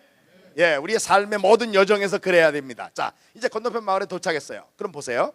아까 저쪽에 많은 사람이 몰려왔는데 그 좋은 기회를 포기하고 지금 건너편으로 가자 그래서 갔잖아요. 그럼 그쪽에 더 많은 사람 모여 있어야 될 거 아니야. 가서 더 많이 구원해줘야 될 거 아니에요. 그때 건너가 봤더니 거기 몇 명 모였어요? 무덤가에서 2명 귀신 들린 사람들 나와가지고 소리 꽥꽥 쫄리면서 나온 거예요. 나와가지고 우리를 저 무적행에 보내지 말아주세요 막 그러는 거예요. 그러니까 예수님께서 그래 그러면서 그 귀신들이 우리를 그저 무적행에 보내지 말고 저 돼지떼 속에 들어가게 허락해 주세요. 그러니까 예수님이 그래 허락하노라. 예수님은 모든 영적인 것까지 다 다스리시는 그런 권세가 있는 분이거든요. 그래서 돼지떼에 들어가는 걸 허락하시니까 이 귀신들이 2사람에게서 나왔는데 얼마나 많은지 2,000마리나 되는 돼지떼들이 다 귀신 들린 돼지가 된 거예요. 귀신 들린 돼지 본 적 있어요? 못 봤지. 거기 갔으면 공짜 구경 좋은 거 하는 건데 어떻든 그래가지고 막 꽥꽥꽥 하다 다 물에 빠져 죽은 거예요. 자, 여러분 생각해 보십시오. 그 동네 사람 입장에서 보면 예수님이 오시자 돼지가 2,000마리나 죽은 거예요. 얼마나 큰 재산 피해가 났습니까? 그러니까 아이고 이거 예수님이 나타나니까 이거 큰 재산 피해가 났다. 그러니까 예수님한테 이거 손해배상 청구서 써가지고 가서 물어내시오. 그러면 되겠어요? 괜히 예수님이 능력 있는 줄 알았는데 손해배상 청구서 가지고 갔다가는 오히려 예수님이 화가 나가지고 야 소떼들도 귀신 들려 죽어라 그러면 소떼까지 다 없어지면 어떡해. 그러니까 그렇게는 못하고 예수님 능력 있는 줄 아니까 그저 예수님에게 우리 마을을 떠나주십시오 그런 거예요. 그래가지고 예수님이 그래 알았다 그러고 약하자 그리고 제자들 데리고 그냥 2명만 고쳐주시고 그냥 온 거예요. 그러면 여러분 생각해 보십시오. 예수님이 지금 장사를 제대로 하신 거예요? 잘못한 거예요? 아니 많은 사람 고쳐줄 수 있는 기회를 포기하시고 그리고 갈 때 제자들은 구사리도 먹고 물에 빠져 죽을 뻔하고 고생하면서 건너까지 갔는데 겨우 2명 고쳐주고 그냥 돌아온다? 예수님이 그럼 그쪽에 가면은 2명밖에 못 고칠 거라는 거를 2명만 구원할 걸 모르셨단 말이에요? 우리가 잘 아는 대로 예수님은요 전지하신 분입니다. 3년 동안이나 예수님을 따라다녔던 베드로가 마지막에 내가 나를 사랑하느냐 그러니까 베드로의 대답이 뭐예요? 주여 모든 것을 아시오매 내가 주를 사랑하는 줄을 주께서 아시나이다. 예수님의 전지하심을 고백하잖아요. 평소에 예수님은 물속에 있는 물고기가 입에다 동전 얼마짜리 물고 있는지 그놈이 앞으로 어떻게 행동할지까지 다 아시는 분인데 그 저쪽에 가면 2명밖에 못 고친다는 걸 모르셨단 말이에요. 다 아신다고. 다 아심에도 불구하고 일부러 많은 사람 구원할 기회를 포기하고 건너편으로 가자 해가지고 가서 2명을 고쳐주고 오셨는데 이게 바로 예수님의 제자 훈련의 한 장면이었다 그 말씀이에요. 이미 복음을 들은 사람들이 있는 곳 거기에서는 그들에 의하여 또 복음을 들을 수 있는 사람들이 있는 곳 거기서는 우리가 직접 안 해도 돼요. 그러나 누군가가 이 많은 어려움의 장벽을 넘어서 가서 복음을 전해주지 않으면 복음을 들을 수 없는 환경 가운데 있는 이 사람들이 오히려 우선순위의 프라이어리티가 이들에게 있다는 것을 그래야 세계 복음화가 빨리 끝나니까요. 예수님의 제자 훈련의 한 장면으로 예수님이 제자들을 데리고 일부러 그렇게 가셨었다 그 말씀이에요. 예수님은 여러분들이 아시는 대로 제자들을 이끌고 일부러 사마리아에 수가성 여인이 있는데 가가지고 사마리아 사람들을 복음화하는 일을 그들에게 복음 전하는 모습을 제자들에게 보여주기도 하셨고 또 마태복음 15장에 보면 일부러 한 번은 예수님이 제자들을 데리고 저 두로와 시돈 지방으로 가셨습니다. 마태복음 15장 21절 이하에 보면은 이렇게 기록이 돼 있어요. 예수님께서 이제 제자들을 데리고 여기 두로와 시돈 여기입니다. 두로와 시돈 여기를 가셨는데 그때에 가난안 여자 하나가 뒤에 따라오면서 소리를 지릅니다. 뭐라고 소리를 지르는가 하면 주 다윗의 자손이여 나를 불쌍히 여기소서 내 딸이 귀신 들렸습니다. 예수님을 주님이라고 불렀어요. 다윗의 자손이라고 불렀어요. 근데 그 여자가 부르짖었다고 그랬어요. 예수님이 분명히 들으셨다고요. 그렇죠? 그런데 예수님을 향하여 그 여자가 부르짖은 그 고백은요, 훌륭한 신앙 고백입니다. 예수님을 주님이라고 불러요. 아무나 예수님을 주님으로 부르는 게 아닙니다. 고린도전서 12장 3절 하반절에 보면은 누구든지 성령으로 말미암지 않고는 그리스도를 주시라 할 수 없다고 그랬어요. 그러니까 이 여자가 예수님을 주님이라고 부르는 것은 이미 성령의 영향력 속에 있는 여자라는 걸 보여주고 있는 거고요. 또 예수님을 다윗의 자손이요 이렇게 불렀어요. 아까 제가 마태복음 1장 1절을 설명하면서 다윗의 자손이라는 말 설명했지 않습니까? 바로 이방 사람들까지를 포함해서 다 평화로 통치할 그 평화의 왕이시여 그 말이에요. 그러니까 이 여자가 어디서 어떻게 그것을 알았는지는 모르지만 이 여자의 신앙 고백은 훌륭한 겁니다. 그러면서 막 따라오는데 이상하게도 마태복음 15장 21절 이하에 보면 예수님이 시침이 뚝 떼고 대꾸도 안 하고 그냥 가시는 거예요. 근데 이 여자 막 소리 지르면서 따라옵니다. 그러니까 예수님의 제자들하고 유대인들 예수님 따라오는 무리들이 보니까 이 여자 이방 여자가 말이야 귀찮게 소리 지르면서 막 따라오고 있거든요. 그러니까 제자들이 와서 말합니다. 예수님 저 이방 여자가 말이죠 귀찮게 자꾸 따라오면서 귀찮게 오는데 우리가 돌려보낼까요? 예수님이 뭐라고 대답하십니까? 나는 이스라엘의 잃어버린 양 외에 다른 데로 보냄을 받지 않았느니라 그러시는 거예요. 무슨 얘기요? 나는 이스라엘 사람들을 위해서 왔지 저는 이방 사람들을 위해서 온 게 아니야 그 말씀이잖아요. 보통 때 예수님의 가르침하고 태도하고는 지금 완전히 다르게 지금 예수님이 행동하고 계시는 거예요.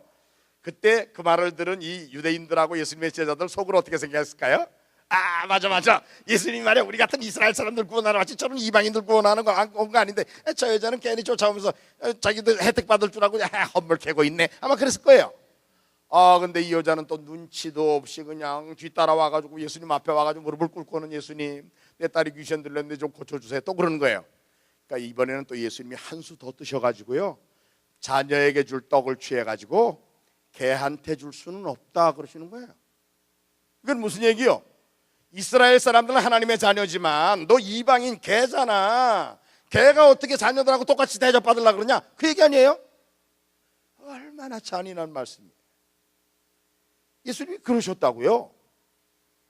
그 예수님이 그렇게 말씀하실 때 그 옆에 있던 유대인들이나 또 제자들 중에 아직 유대주의의 그 생각을 벗지 못한 제자들은 어떻게 생각했을까요? 맞아 우리는 하나님의 백성이고 저 이방인은 개잖아. 그렇지 역시 우리가 예수님도 우리를 알아주시는 뭐 그랬겠죠.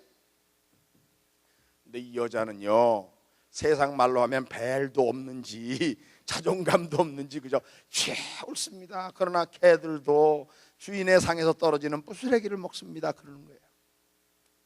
여기까지 참으셨던 예수님 이제 예수님의 본 모습으로 돌아오셔가지고 여인아 내 믿음이 짱이다 내 소원대로 되리라 그러시잖아요. 내 믿음이 크도다 내 소원대로 되리라. 무슨 얘기요? 그러면 앞에 한 얘기는 뭐라는 거야? 이거는 앞에 했던 얘기는요 예수님의 본심을 말하는 내용이 아닙니다. 지금 예수님은 일부러 제자들의 팀을 데리고 이방 땅 지역으로 오셔서 너희들 지금 유대인들이 가지고 있는 사고방식 너희들이 지금 가지고 그대로 있는데 그들의 마음을 대변하는 말씀을 예수님이 하신 거예요. 내가 메시아로서 이스라엘의 잃어버린 양 외에 다른 데로 보냄을 받지 않았다고 이스라엘 사람들만 위에서 왔다고 너희들 생각하고 있지. 그 마음을 읽어서 딱 얘기해 주니까 예수님이 그거 진짜 그렇다 그러신 줄 알고 좋아가지고 맞아요 그러고 따라오고 또 자녀에게 줄 떡을 취해가지고 개한테 줄 수 없다 그러니까 자기들만 이스라엘 사람들 자기들만 하나님의 자녀라고 이방인은 개라고 생각하는 이런 마음을 그대로 노출하다가 예수님이 확 뒤집으시면서 그 여인에게 여인아 내 믿음이 크도다 내 소원대로 되리라. 무슨 얘기요? 이방인이라 하더라도 하나님 앞에서 정말 믿음으로 나오는 사람은 믿음이 큰 사람이고 하나님께서 그들의 소원을 다 들어주신다라는 것을 분명하게 보여주시는 차별 대우하지 않는다는 것을 충격요법으로 그들의 마음을 읽고 잘못을 지적해 주면서 예수님이 그렇게 가르치셨던 것을 우리가 볼 수 있다 그 말이에요. 예수님이 이렇게 3년 동안 제자들을 이끌고 다니면서 그저 이방인들이 받는 은혜에 대하여 이렇게 다 가르치시고는 이제 제자 훈련을 마무리할 단계에서 예루살렘으로 올라가십니다. 예루살렘으로 올라가시다가 벳바게 맞은편에 오셔가지고 제자 둘을 저쪽에 보내서 아무도 타보지 않은 나귀 새끼가 묶여 있을 테니까 풀어서 끌고 와라. 그래서 나귀를 끌고 왔어요. 예수님이 나귀를 타고 예루살렘 성으로 입성을 하시는 겁니다. 근데 이 나귀는요, 아무도 타보지 않은 나귀라고 그랬어요. 나귀라도 평소에 누가 등에 잘 올라타고 그랬던 나귀 같으면 예수님이 올라타도 똑바로 걸어갈 줄이나 알겠지. 근데 아무도 타보지 않은 나귀 등에 사람이 올라타니까 이게 띠뚱띠뚱 하면서 갈 텐데 얼마나 폼이 안 나요. 그런데 예수님이 나귀를 타고 지금 예루살렘 성에 입성하시는 거예요. 왜 그러신 거죠? 여러분, 이 장면은요, 구약의 스가랴서 9장 9절과 10절에 찾아보겠습니다. 구약의 스가랴서 9장 9절과 10절에 보면은 시온성의 왕이 입성하시는 장면으로 예언되어 있는 내용입니다. 구약 성경 맨 마지막에 말라기서고 그 앞에 스가랴서가 있죠. 구약 성경 맨 뒤에서 두 번째 성경 9장 9절.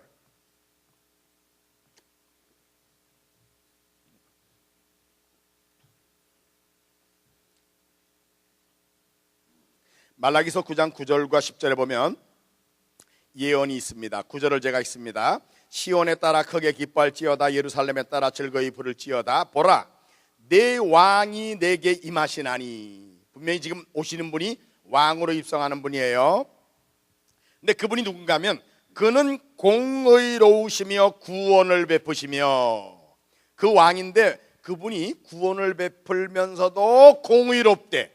제가 어제 여러분들에게 이미 잠깐 설명을 했습니다. 우리 하나님 거룩한 하나님인데 거룩하시기 때문에 공의로우실 수 없고 밖에 없고, 공의로우시기 때문에 사람들은 벌을 받게 돼 있다 그랬죠.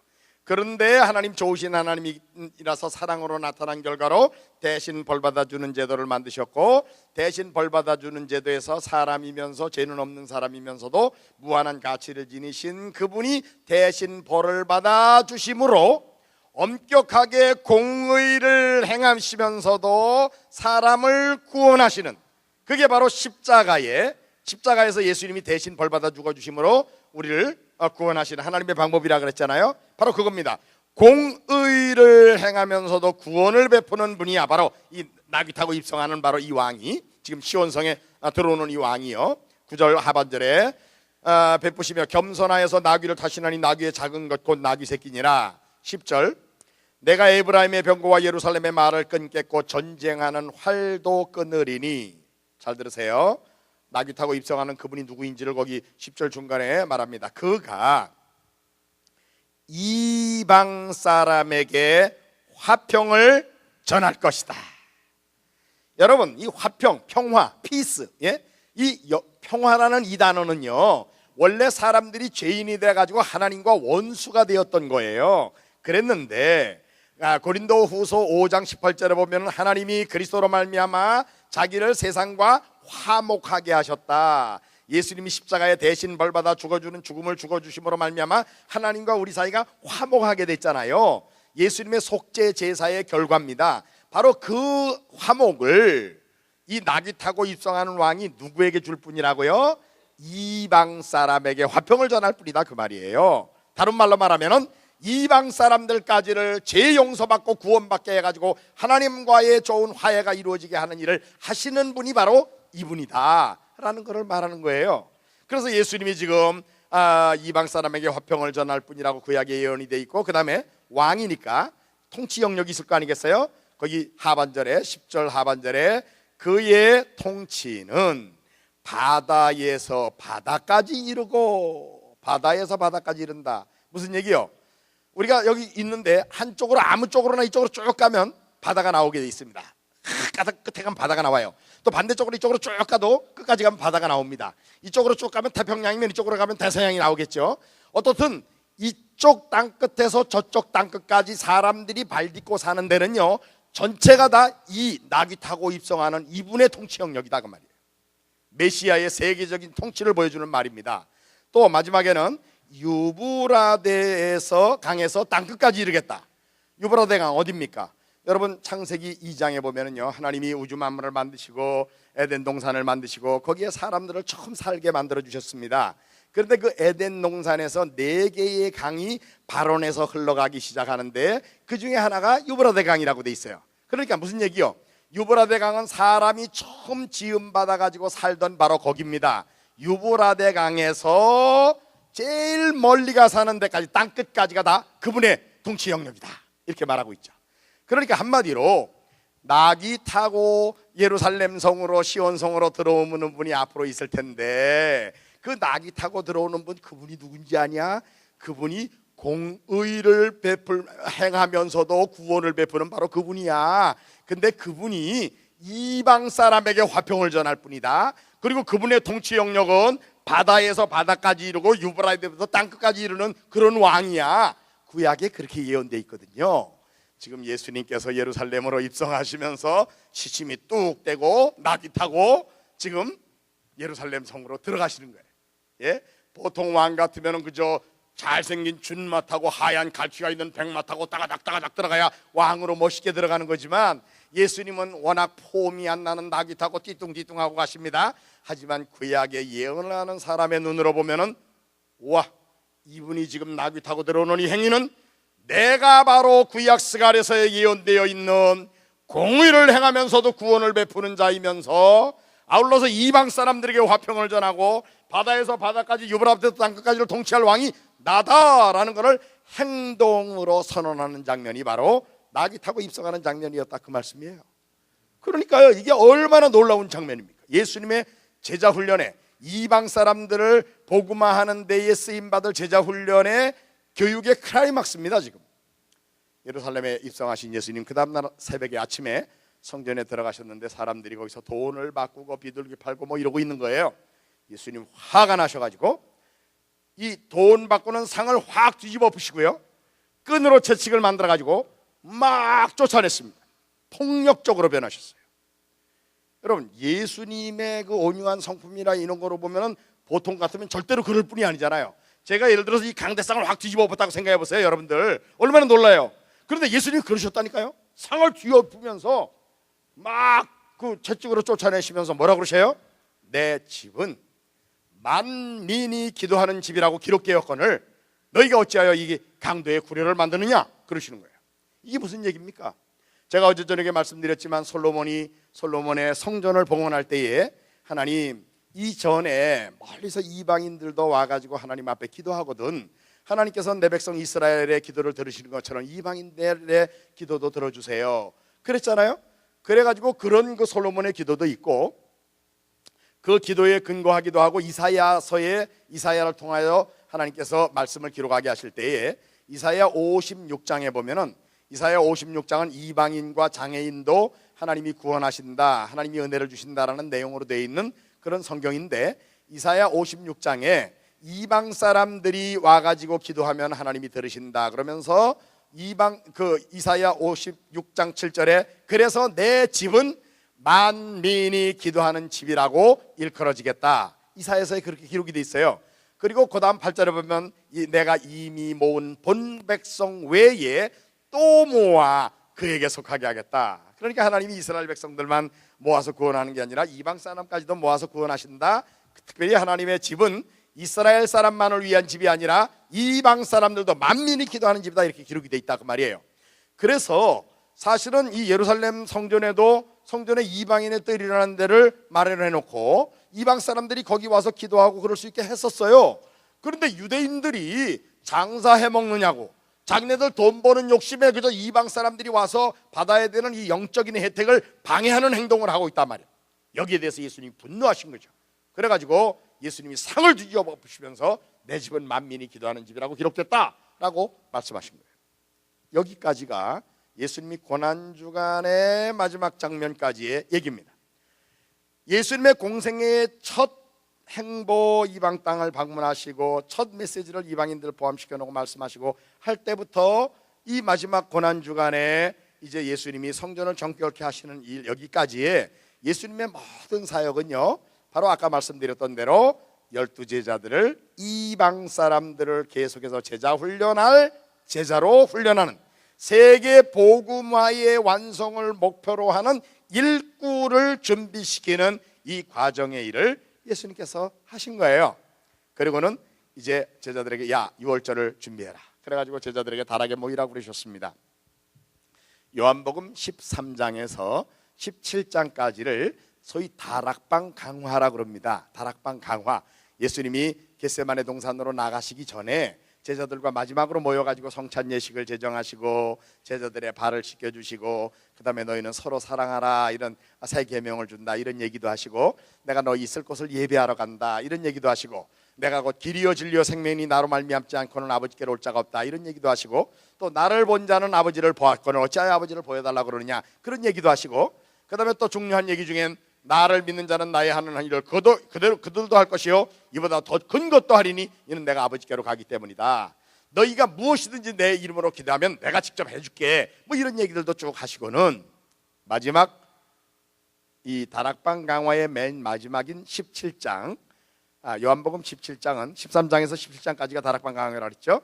17장은 예수님이 그 제자들을 위하여 기도하시는 장입니다. 그런데 그러니까 이제 제자 훈련의 마지막 마무리지요. 그러니까 쉽게 말하면 그런데 17장 4절에 요한복음 17장 4절에 예수님이 조금 이상한 말씀을 하셨어요. 이렇게 말씀하십니다. 아버지께서 내게 하라고 주신 일을 내가 다 이루어 세상에서 아버지를 영화롭게 했습니다. 요한복음 17장 4절에 그렇게 말씀하셨어요. 그래서 이해를 돕기 위해서 제가 영어로 NIV를 그대로 인용해 보면 이렇습니다. I have brought glory. I have brought you glory on earth by completing the work you gave me to do. 당신이 내게 하라고 주신 일을 by completing 다 완성해 가지고 I have brought 현재 완료형입니다. I have brought you glory on earth. 이 지상에서 아버지를 영화롭게 했습니다. 완료형이에요. 아버지께서 내게 하라고 주신 일을 by completing 다 완성해 가지고 세상에서 아버지를 영화롭게 했습니다. 여러분 우리가 아는 대로 예수님이 세상에 오셔가지고 하시는 일 중에 제일 중요한 게 뭐죠? 우리가 아는 대로 십자가에 달려 우리들의 죄를 대신 벌받아 죽어주시는 거 그거잖아요. 그거 하라고 하나님이 예수님 세상에 보내셨잖아요. 근데 우리가 아는 대로 예수님은 그때까지는 이 지금 기도하실 때까지는 아직 십자가에 달려 죽으시기 전이에요. 그런데 아버지께서 내가 하라고 주신 일을 다 이루었대. 컴플리트 했대요. 그럼 뭘 다 이루었다는 겁니까? 아직 겟세마네 동산으로도 지금 아직 안 나가셨는데 그거 끝나고 겟세마네 동산에 나가가지고 그 다음에 기도하시다가 붙잡혀가지고 그 다음 날 십자가에 달려 죽으시고 그 다음 주일날 부활하시고 그러시는데 지금 소위 구속사역은 시작도 안 하셨어요. 구속사역은 제자훈련 사역만 지금 하신 겁니다. 그런데 이 제자훈련 사역이 끝났을 때에 예수님이 하신 말씀은 아버지께서 내게 하라고 주신 일을 내가 다 이루어 이 세상에서 아버지를 영화롭게 했습니다 라고 말씀하시고 그들을 위해 기도하시고 그러니까 다시 말하면 세계 선교를 할 제자들을 타문화 제자훈련을 할 제자들의 훈련이 완성됐을 때 예수님은 이것도 하나님이 나에게 하라고 주신 일인데 내가 이제 다 끝냈습니다. 이제 다른 또 하나 예수님이 하시는 일이 그러니까 중요하게 두 가지였어요. 하나는 세계 선교를 수행할 제자들을 훈련하는 일, 요거는 3년 걸렸습니다. 공생의 전 기간이 이 훈련을 하셨고 이것이 완성됐을 때 소위 그 구속사역, 우리들의 죄를 대신 벌받아 죽어주시고 사망의 권세를 깨고 부활하시는 일을 위해서 그 다음에 예수님 겟세마네 동산에 가셔가지고 기도하시고 그 다음날 십자가에 달리시고 주일날 부활하셨어요. 요건 금토일 3일 만에 끝내셨습니다. 그리고 부활하신 예수님 다시 제자들에게 오셔가지고 그 다음에 40일간도 이 세상에 계시면서 너희는 가서 모든 족속으로 제자를 삼아라. 온 천하에 다니며 만민에게 복음을 전파하라. 아버지께서 나를 보내신 것과 같이 나도 너희를 보내노라.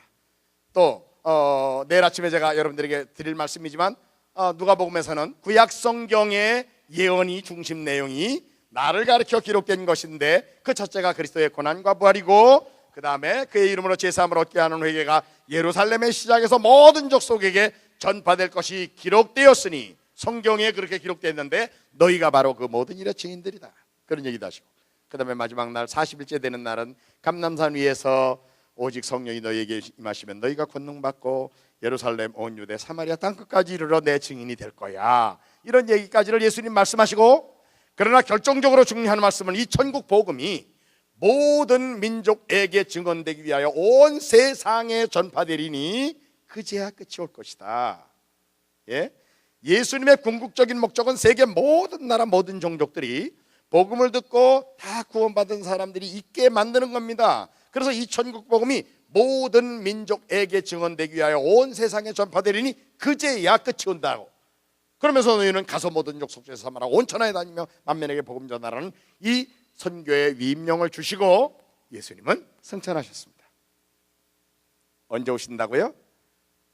모든 민족이, 모든 미전도 종족들이 다 복음화되는 날이 올 때에 예수님 재림하시겠다고 말씀하셨습니다. 우리 요한계시록 5장 9절을 보겠습니다. 요한계시록, 예수님이 십자가에 달려 죽으실 때에 누구를 위하여 죽으셨는지를 보여주는 장면인데요,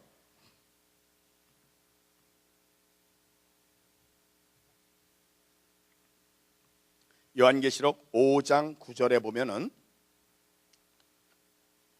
보좌 앞의 24장로와 보좌 앞에 네 생물이 어린 양을 찬양하는 장면이 나와 있습니다. 근데 그 어린 양을 찬양하는 내용이 9절인데요, 제가 읽습니다. 그들이 새 노래를 불러 이르되 두루마리를 가지시고 그 인봉을 떼기에 합당하시도다. 일찍이 죽임을 당하사 누구 가운데서 사람들을 피로 사서 하나님께 드리셨다. 예수님이 십자가에 달려 죽으실 때에 대신 벌받아 죽어주신 사람들이 어디에 있는 사람들인지를 쭉 말하는 리스트가 있는데, 제가 누구라고 읽은데 거기 같이 읽습니다. 다 같이 시작. 각 족속과 방언과 백성과 나라 가운데서 사람들을 피로 사서 하나님께 드리셨다.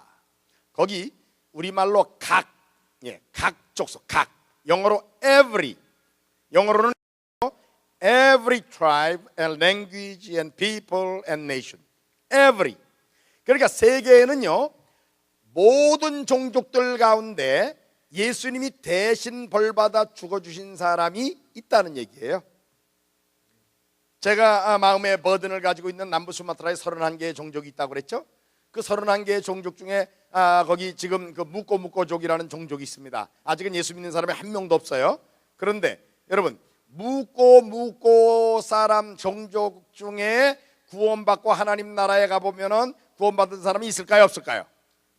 있다고 돼 있어요. 왜? 오늘 보세요. 예수님이 분명히 무꼬 사람 중에 누군가를 위해 십자가에 분명히 죽어주셨다고요. 거기 까우르족이라는 종족에 지금 예수 믿는 사람이 하나도 없어요. 까우르족 나중에 천국에 가면 거기 있을까요, 없을까요? 있어요, 분명히. 왜? 예수님이 대신 벌받아 죽어주셨거든요. 거기에 르장족이라는 종족 사람이 지금 있어요. 물론 르장족은 지금 몇 명 예수 믿는 사람이 있는 거로는 알려지고 있지만 어떠든 아직 미전도 종족인데 그 르장족 교회가 없으니까. 자, 르장족 사람 나중에 천국에 가보면 있어요, 없어요? 분명히 있다고요. 수쿠 아낙달람, 수쿠 스문도, 수쿠 애님, 수쿠 오간, 제가 어떻게든지 다 구원받게 만들려는 그 종족들, 여기에 every tribe라는 데 다 속한 사람들입니다. 근데 예수님이 대신 벌받아 죽어주신 사람인데 구원받지 못할 사람도 있을까요? 그 다음에 우리 7장 9절을 한번 가보세요. 7장 9절이요, 요한계시록입니다. 같은 요한계시록 7장 9절에 이일 후에 내가 보니 각 나라와 족속과 백성과 방언에서 아무도 능히 셀 수 없는 큰 무리가 나와 흰옷을 입고 손에 종려가지를 들고 보좌 앞과 어린 양 앞에 서서 큰 소리로 외쳐 이르되 구원하심이 보좌에 앉으신 우리 하나님과 어린 양께 있도다라고 부를 거라고 돼 있죠. 여러분, 우리가 이때 가서 이거 앞으로 되어줄 장면인데 그때 부르려고 요즘 우리가 이 곡 많이 연습 여기서 많이 하죠. 예? 그때 가서 부르려고. 여러분, 여기 7장 9절 잘 들여다보세요. 그 속에 여러분들 보이죠? 그 속에 여러분들도 포함되어 있어요. 저도 포함되어 있고요. 구원받은 사람도 다 모인 장면인데 거기에 모인 사람들이 이후에 내가 보니 각 나라와 족속과 백성과 방언에서 사람들이 모였다. 근데 그 사람들이 바로 아까 5장 9절에 있던 그 사람들이라 그 말이에요. 예수님이 대신 벌받아 죽어주신 사람은요 다 구원받게 돼 있어요. 우리 예수님이 그렇게 무능해가지고 십자가에 대신 벌받아 죽기는 했는데 나중에 아직 그 사람은 구원 못 받았어, 그럴 수도 있다고요? No. 우리 예수님이 대신 벌받아 죽으신 사람은요 성령이 역사하시고 성도들을 움직여가지고 결국은 그들은 다 구원받게 돼 있는 거예요. 그래서 세계 모든 나라 모든 종족들 가운데는 구원받은 사람들이 있다고요. 그러니까 그 사람들을 다 찾아내는 일이 세계 선교의 완성을 가져오게 만드는 일이고, 그 일이 완성될 때 세계 모든 나라 모든 종족들이 다 복음을 듣고 예수 믿는 사람이 다 생기면 그때 천사장이 빠빠밤 하면서 천사장의 나팔 소리와 함께 우리 예수님이 재림하시고 새하늘과 새 땅이 노래하고 이 하늘과 이 땅은 다 체질이 풀어져 없어지면서 이제 영원한 하나님 나라가 유형적으로 도래하게 돼 있다고요. 우리가 이 세상에서 유한하게 사는 겁니다. 이거 영원한 거 아니에요. 우리들의 진짜 좋은 처소는 영원히 거기에 있다고요. 반드시 그대로 될 것입니다.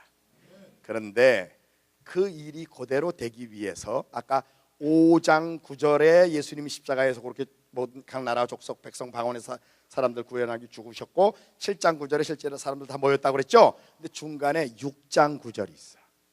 6장 9절 외우기 쉽죠. 5장 9절 7장 9절 이번에는 6장 9절 중간에 다 9절 9절 9절이에요 6장 9절에 보면 다섯째 인을 떼실 때에 내가 보니 하나님의 말씀과 그들이 가진 증거로 말미암아 죽임을 당한 영혼들이 제단 아래 있어. 왜 죽임을 당했다고요? 하나님의 말씀과 저희의 가진 증거 때문에 죽임을 당했대요. 하나님 말씀 전하다가 죽은 사람입니다.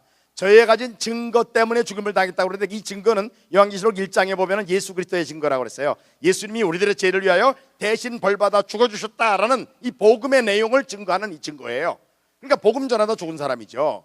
그런 복음을 전하다가 하나님의 말씀과 저희의 가진 증거 때문에 죽임을 당한 자들이 제단 아래 있어. 10절에 큰 소리로 불러 이르되 거룩하고 참되신 대주제여 땅에 거하는 자들을 심판하여 우리 피를 갚아주지 아니하시기를 어느 때까지 하시려나이까.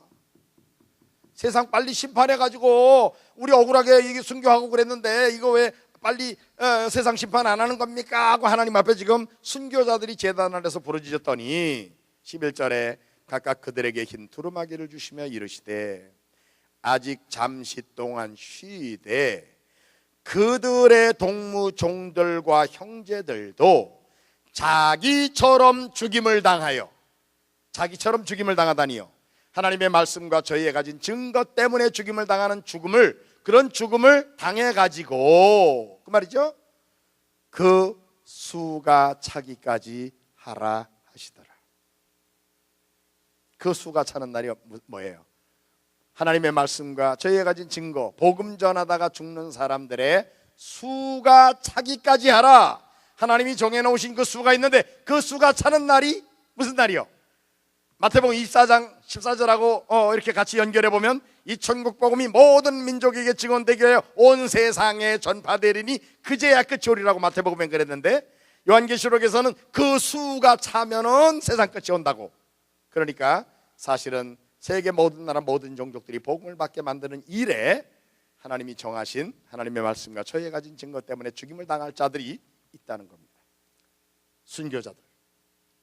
근데 여러분 다 사도행전 1장 8절은 암송하시죠. 오직 성령이. 같이 한번 암송하겠습니다. 시작. 오직 성령이 너희에게 임하시면 너희가 권능을 받고 예루살렘과 온 유대와 사마리아와 땅끝까지 이르러 내 증인이 되리라 하시니라. 근데 거기 증인이라는 단어가 헬라어로는 성경의 헬라어로는 마르티스라는 단어입니다. 이 마르티스라는 단어를 영어의 스페링으로 그대로 갖다가 음력을 해서 적으면 마터가 되는 거예요. 여러분 영어의 마터가 순교자라는 거 아시죠? 그 단어가 사도행전 1장 8절의 단어입니다. 하나님의 영광과 영혼들의 구원을 위하여 기꺼이 증인이 되는 삶은 때로는 자기의 생명까지도 내줘야 되는 삶입니다. 그럴 때에 우리가 그런 증인이 될 때에 결국은 세계복음화가 완성되고 우리 하나님은 세계 모든 나라 모든 종족들에 의하여 예배를 받으시고 찬양을 받으시는 날이 오게 되고 우리 주님의 재림의 날은 이루어지게 될 것입니다. 우리 All Nations 교회 정말 오늘 주신 말씀대로 하나님의 영광에 대한 열정에 사로잡힌 세계를 품은 사람들의 교회입니다.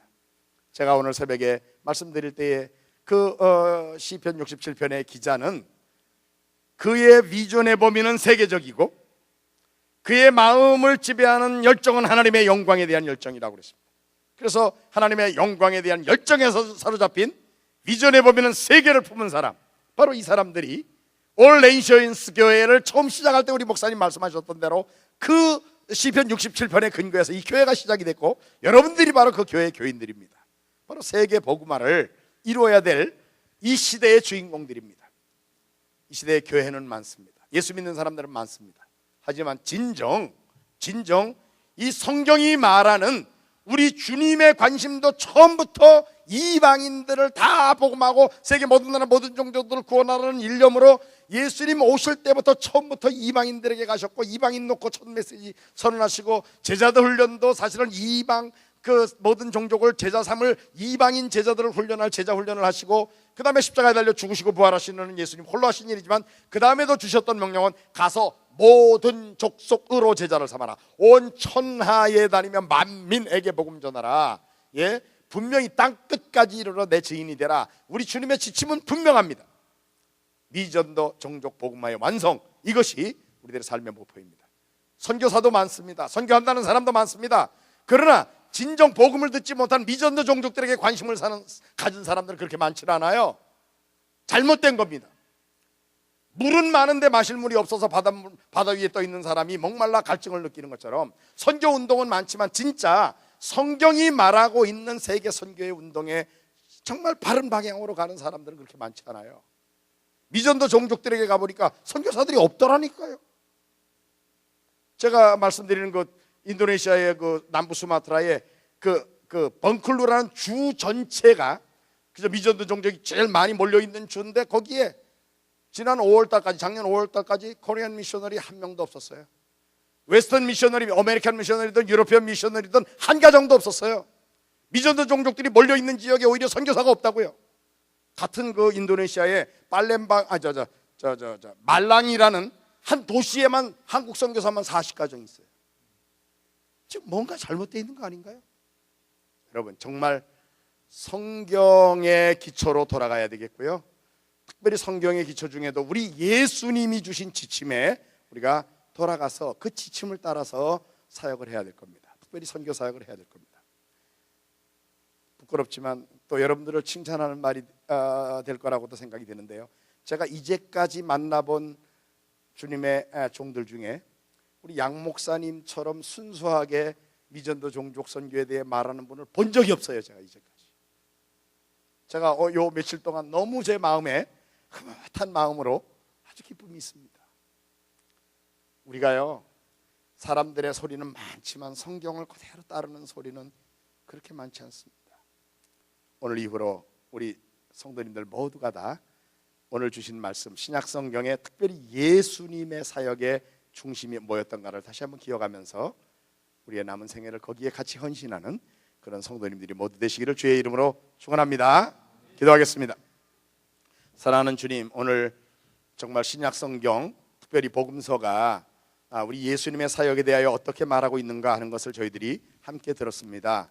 예수님 구약의 아브라함의 자손이고 다윗의 자손일 뿐만 아니라 실제로 예수님의 사역은 처음 시작부터 예수님 십자가에 달리시고 부활하시고 승천하실 때까지 세계 복음화의 완성이라는 이 목표를 중심으로 예수님께서 타문화 제자 훈련을 할 제자들을 훈련하시고 위임령을 주셨으며 예수님 홀로 또 십자가에 달려 우리들의 죄를 대신 벌받아 죽어주시고 부활하시는 일까지를 완전히 이루어 주셨고 예수님 이 천국 복음이 모든 민족에게 증언되기 위하여 온 세상에 전파되리니 그제야 끝이 오겠다고 말씀하시며 선교의 명령을 분명하게 주셨음을 저희들이 들었습니다. 사랑하는 주님, 저희들이 이제까지는 어떻게 살아왔던지 저희들의 남은 생에는 하나님의 영광과 정말 복음을 듣지 못한 영혼들의 구원을 위하여 특별히 우리 주님이 주셨던 이 지침을 따라서 모든 족속을 제자 삼는, 온 천하에 다니며 만민에게 복음을 전하는 일에 집중하는 저희들의 삶을 살도록, 정말 말 그대로 사도행전 1장에 나와 있는